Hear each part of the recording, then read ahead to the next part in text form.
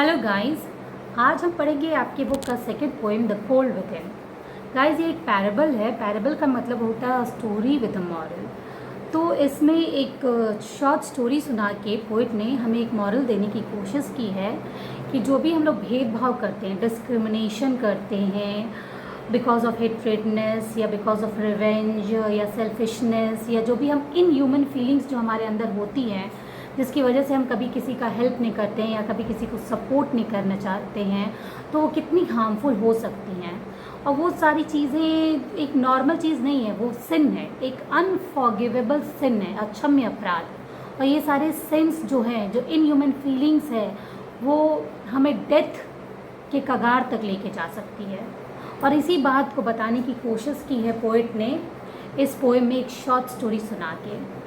Actually इस poem में 6 लोग हैं जो बाय चांस एक सिचुएशन में ट्रैप हो गए हैं। वेदर जो है बहुत ही कोल्ड है, बीच में एक फायर जल रहा है, उस फायर के आसपास 6 लोग हैं।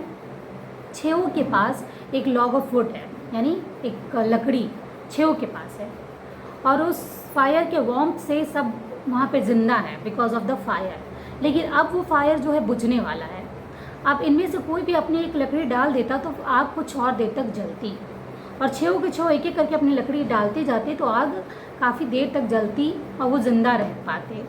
लेकिन होता क्या है इसमें कि 6 की जो इन ह्यूमन फीलिंग्स है, जो डिस्क्रिमिनेशन की, हेट्रेडनेस की, सेल्फिशनेस की जो फीलिंग्स है, जो रिच और पुअर की फीलिंग्स है, जो रेसिज्म सबके मन में है, किसी न किसी रीज़न की वजह से 6 में से कोई भी अपना लॉग ऑफ वुड उस फायर में डालता नहीं है। और इवेंचुअली क्या होता है कि वो जो फायर है वो बुझ जाता है और ये 6 मर जाते हैं with their log of wood in hands. They freeze to death with their log of wood in their hands. तो ये बताया है पोइट ने इस स्टोरी के द्वारा कि जो भी रिसोर्सेज हमें मिले हैं इस प्लैनेट अर्थ के द्वारा, जो रिसोर्सेज हमारे पास हैं, अगर उसका हम सही यूज़ नहीं करेंगे, अगर उसका हम किसी का हेल्प नहीं करेंगे उससे, तो वो रिसोर्सेज यहीं रह जाएंगे और हम यहाँ से इस दुनिया को छोड़ के चले जाएंगे। रिसोर्सेज जो भगवान ने हमें दिए हैं वो यूज़ करने के लिए दिए हैं, तो हमें यूज़ करना चाहिए अपनी सेफ्टी के लिए भी और दूसरों की सेफ्टी के लिए भी। पर यहाँ पे स्टोरी में जो 6 पीपल हैं उनके ऊपर उनकी जो इन ह्यूमन फीलिंग है इतनी ज़्यादा हावी हो जाती है कि वो दूसरों का नुकसान करने के लिए वो अपना फ़ायदा भी नहीं सोच पाते हैं, अपनी सेफ्टी के लिए भी वो अपना लॉग ऑफ वुड उस फायर में नहीं डालते हैं और एट लास्ट वो मर जाते हैं। तो चलिए हम अब इसको पढ़ेंगे लाइन बाय लाइन। इसको स्टार्ट करने से पहले मैं आपको बताना चाहूँगी ये द कोल्ड विद इन लिखा है जेम्स कैट्रिक केनी ने। और चलिए पहले बॉक्स पढ़ लेते हैं, बॉक्स में क्या बताया गया है इनके बारे में। James Patrick Kinney is an American poet who wrote this poem in the 1960s। तो ये एक अमेरिकन पोइट हैं और इन्होंने ये पोएम लिखा था 1960s में। Although it was first rejected as being too controversial, it gained popularity rapidly after it had been read out at a council meeting of all religions। तो शुरुआत में इसको रिजेक्ट कर दिया गया था, इसको बहुत ही कंट्रोवर्शियल कह के, क्योंकि अलग अलग रिलीजन्स का और अलग अलग तरह के भेदभाव का जिक्र इसमें किया गया है, तो इसलिए इसको रिजेक्ट कर दिया गया था टू कंट्रोवर्शियल कह के। लेकिन बाद में एक काउंसिल मीटिंग जब हुई थी सारे रिलीजन्स की, उसमें इसको पढ़ा गया और उसके बाद इसको popularity milli.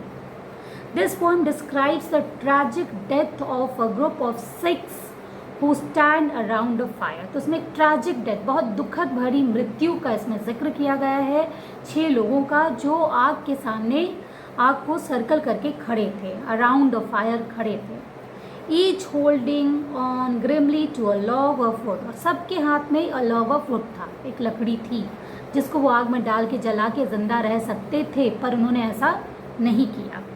Allowing their selfishness, prejudice, malice and suspicions to dictate their actions, they refuse to share the log to fuel the dying fire and keep each other warm। तो उनके ऊपर उनकी जो सेल्फिशनेस की फीलिंग है, racism की feeling है, इतनी ज़्यादा हावी हो जाती है कि वो अपने आप को अपना जो लॉग ऑफ वुड है उसको देने के लिए अपने आप को वो फोर्स नहीं कर पाते हैं, वो उनसे वो दे ही नहीं पाते अपना लॉग ऑफ वुड। जब लॉग ऑफ वुड हालांकि वो जानते थे कि वो लॉग ऑफ वुड जब डाल देंगे फायर में तो उससे उनको भी फ़ायदा होगा, उन्हें भी वार्मथ मिलेगा, लेकिन उनकी जो हेट्रेडनेस जो है एक दूसरे के प्रति इतना हावी था कि वो अपना लॉग ऑफ वुड फायर में नहीं डाल पाते हैं। एंड एज अ रिजल्ट क्या होता है, they meet a tragic death, they freeze to death with the log of wood clutching in their hands. Eventually the fire dies out and in the morning all 6 of them are found frozen to death, each clutching even in death a log that could have so easily saved their lives। अगर उन लोगों ने log would डाल दिया होता fire में तो बहुत ईजिली उनकी लाइफ सेव हो गई होती, पर उन्होंने ऐसा नहीं किया। इतनी भयानक होती है ये जो हेट्रेडनेस की, सेल्फिशनेस की फीलिंग, ये डिस्क्रिमिनेशंस की फीलिंग है, वो इतनी भयानक होती है कि वो हमें डेथ तक पहुंचा सकती है। यही कहना चाहा है पोएट ने इसमें। If only they had overcome the petty barriers of class, race and religion that divided them. सिर्फ अगर इस बैरियर से अगर वो ऊपर उठ जाते तो वो अपने आप को भी बचा लेते और अपने जो उनके साथ खड़े थे लोग उनको भी बचा लेते। The poem is a simple yet powerful reminder that if we selfishly hold on to the world's resources and the wealth that it has to offer, if we persist in discriminating on grounds of race, religion, caste, gender and ethnicity, we are all lost। तो ये simple एक reminder है कि जो हमारे पास resources हैं अगर उसको हम होल्ड करके रहेंगे, उससे किसी का हेल्प नहीं करेंगे, अगर हम उसे सही जगह पे यूज़ नहीं करेंगे, then we are all lost. हम सब के सब ख़त्म हो जाएंगे, उससे किसी का फ़ायदा नहीं होगा, ना हमारा फ़ायदा होगा ना किसी और का फ़ायदा होगा। तो चलिए अब हम लाइन बाय लाइन पढ़ेंगे इस पोएम को and I will explain it line by line. Okay. 6 humans trapped by happenstance. Happenstance का मतलब बाई चांस। तो 6 लोग बाई चांस एक जगह ट्रैप हो गए थे, एक सिचुएशन में ट्रैप हो गए थे। ट्रैप का मतलब है कि हम निकलना चाह के भी नहीं निकल सकते, हम फंस गए सिचुएशन में। In bleak and bitter cold, और बहुत ज़्यादा ठंड थी वहाँ पे। Each one possesses the stick of wood और so the story is told. हर एक के पास एक लॉग का वुड था, एक लकड़ी था, ऐसा ही बताया गया है इस कहानी में। Their dying fire in need of logs. उनका जो डाइंग फायर था, फायर मर रहा था, बुझ रहा था, उस फायर को एक लॉग यानी एक लकड़ी की आवश्यकता थी। But the first one held hers back. लेकिन जो पहली थी वो एक फीमेल थी, तो वो अपना नहीं डालती है, अपने पास ही रखती है। For of the faces round the fire she noticed one was black. क्योंकि वो सारे जब चेहरों को देखती है राउंड द फायर तो वो नोटिस करती है कि वन वॉज ब्लैक, एक जो है वो ब्लैक था। तो क्योंकि वो ब्लैक मैन को वार्मथ नहीं पहुंचाना चाहती इसलिए वो अपना लॉग ऑफ वुड नहीं डालती है। The next man looking cross the way saw one not of his church. Next man, फिर से नेक्स्ट मैन भी सबको देखता है तो देखता है कि एक जो था वो उसके चर्च का नहीं था, मतलब उसके रिलीजन का नहीं था, उसके धर्म का नहीं था। And could not bring himself to give the fire his stick of birch. तो वो भी अपना लॉग ऑफ वुड फायर में नहीं डाल पाया क्योंकि वो जो दूसरे रिलीजन का पर्सन था उसको वार्मथ पहुंचाना नहीं चाहता था, उसको फ़ायदा पहुंचाना नहीं चाहता था, उसकी लाइफ को सेव करना नहीं चाहता था। The third one sat in tattered clothes, he gave his coat a hitch. तीसरा जो था फटे पुराने कपड़ों में बैठा था, टैटर्ड क्लोथ, फटे हुए कोट में बैठा था। He gave his coat a hitch, अपने कोट को हिच देता है, मतलब टाइटली पकड़ता है। Why should his log be put to use to warm the idle rich. तो सोचता कि उसके लॉग से क्यों वो रिच आइडल रिच मैन जो बैठा है उसके लकड़ी से क्यों उसको वार्मथ पहुँचे। वो अपनी लकड़ी से उस रिच मैन को वार्मथ पहुँचाना नहीं चाहता था, इसलिए वो भी अपना लॉग ऑफ वुड फायर में नहीं डालता है। The rich man just set back and thought of the wealth he had in store. Rich man भी बैठा था और वो अपने वेल्थ जो उसके पास था उसके बारे में सोच रहा था कि वो कैसे उसको सेफली रखे। And how to keep what he had earned, और जो भी उसने अर्न किया है उसकी रक्षा वो कैसे करे। फ्रॉम द लेजी शिफ्टलेस पुअर, और वो ये सोचता है कि जितनी भी कमाई उसके पास है, जो भी चीज़ें उसके पास है, वो पुअर अनडिज़र्विंग, पुअर पर्सन को वो अनडिज़र्विंग मानता है, वो समझता है कि वो लेज़ी होते हैं, अनडिज़र्विंग होते हैं, इसीलिए उनके पास वेल्थ नहीं होता है। तो वो सोचता है कि उसके पास जो वेल्थ है अभी जो लॉग ऑफ वुड है उसके पास, उससे वो अनडिज़र्विंग जो लेज़ी पुअर है उसको फ़ायदा क्यों पहुँचे उसके लॉग ऑफ वुड से, इसलिए ताकि वो उसको फ़ायदा ना हो, उसको वार्मथ ना मिले उसके लॉग ऑफ वुड से, इसलिए वो अपना लॉग ऑफ वुड भी, अपनी लकड़ी भी अपने पास ही रखता है और फायर में नहीं डालता है। The black man face bespoke revenge. अब आता है ब्लैक मैन का बारी। तो ब्लैक मैन जो है उसका चेहरा अब दिखा रहा है, बदले की भावना उसके चेहरे पे अब झलक रही थी। Bespoke means showed revenge as the fire pass from his sight, जैसा कि आग उसके पास से जल रहा था। For all he saw in his stick of wood was a chance to spite the white. तो उसको अपनी लकड़ी में देख रहा था एक मौका गोरे लोगों से बदला लेने का, क्योंकि गोरे लोगों ने अब तक जो उन लोगों के ऊपर जुल्म किया था, जो भेदभाव किया था, तो उसे लगा कि ये गोरे लोग जिन्होंने अब तक उसके ऊपर जुल्म किया है, भेदभाव किया है, आज उसको मौका मिला है बदला लेने का। तो आज वो बदले की भावना में आके अपना लॉग ऑफ वुड लकड़ी में नहीं डालता है।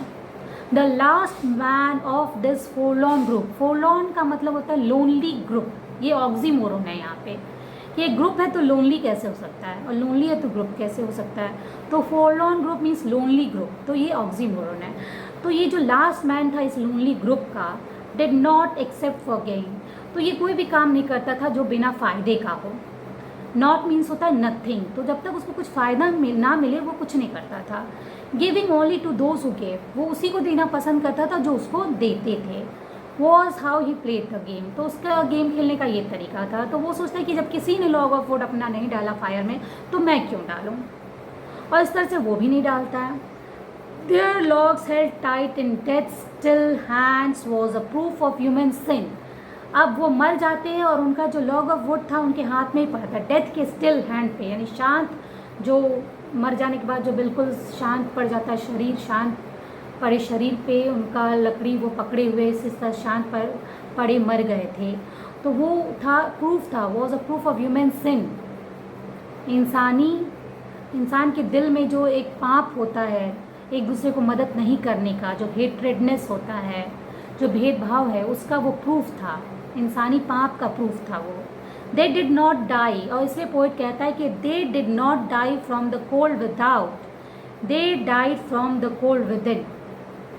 वो बाहर के ठंड की वजह से नहीं मरे, वो उनके अंदर जो फ्रिजिडिटी थी, उनके दिलों में जो ठंडापन पड़ा था, जो इनह्यूमन फीलिंग्स थी, जो एक दूसरे के प्रति प्यार नहीं था, वार्मथ नहीं था एक दूसरे के प्रति, उस वजह से मरे। वो बाहर की ठंड की वजह से नहीं बल्कि अंदर के ठंड की वजह से मरे। गाइज अब हम देखेंगे पोइटिक डिवाइस। सबसे पहले हम देखेंगे alliteration.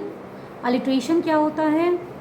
Repetition of consonant sound होता है at the beginning of adjacent word. जैसा कि हम यहाँ पे देखेंगे सेकेंड लाइन में, in bleak of bitter cold, यहाँ पे ब्लीक और बिटर ये अलिट्रेशन है। फिर हम देखेंगे मेटाफर। मेटाफर क्या होता है? दो चीज़ों में एक पॉइंट ऑफ सिमिलैरिटी होती है, वो होता है मेटाफर। तो यहाँ पे आप 7th स्टैंजा में देखिए 3rd और 4th line, giving only to those who gave was how he played the game, ये मेटाफर है। उसके बाद हम देखेंगे मेटोनिमी। मेटोनिमी क्या होता है? ये वो वर्ड या फ्रेज़ होता है जो डायरेक्टली किसी चीज़ को ना कह के हम उसके आसपास की चीज़ों को कह के उसके ऊपर उसको रेफ़र करते हैं, तो वो होता है मेटोनिमी। तो मेटोनिमी यहाँ पे है 3rd स्टैंजा का 2nd line, saw one not of his church, means वहाँ पे एक religion, not of his church का मतलब उसके चर्च का नहीं था, मतलब उसके रिलीजन का नहीं था। तो रिलीजन को ना कह के इनडायरेक्टली उसको रेफ़र किया गया है। तो ऐसी चीज़ों, ये जो होता है पोइटिक डिवाइस होता है मेटोनिमी। तो ये आपका मेटोनिमी है। फिर हम देखेंगे पर्सोनिफिकेशन। पर्सोनिफिकेशन क्या होता है? जब नॉन लिविंग थिंग को एज अ पर्सन ट्रीट किया जाता है। तो यहाँ पे जैसे their logs held tight in death's still hand, जो लास्ट स्टैंजा का 1st लाइन है, तो यहाँ पे डेथ को एज अ पर्सन ट्रीट किया जा रहा है, तो इसलिए वो पर्सोनिफिकेशन है। फिर हम देखेंगे इमेजरी, विजुअल इमेजरी इसमें यूज़ की गई है। विजुअल इमेजरी का मतलब होता है कि जब हम विजुअलाइज करते हैं, जब पिक्चर हमारे दिमाग में इस तरह से वर्ड्स यूज़ किए गए होते हैं कि हमारे दिमाग में पिक्चर उसका बनने लगता है, तो वो होता है विजुअल इमेजरी। तो यहाँ पे विजुअल इमेजरी है आपका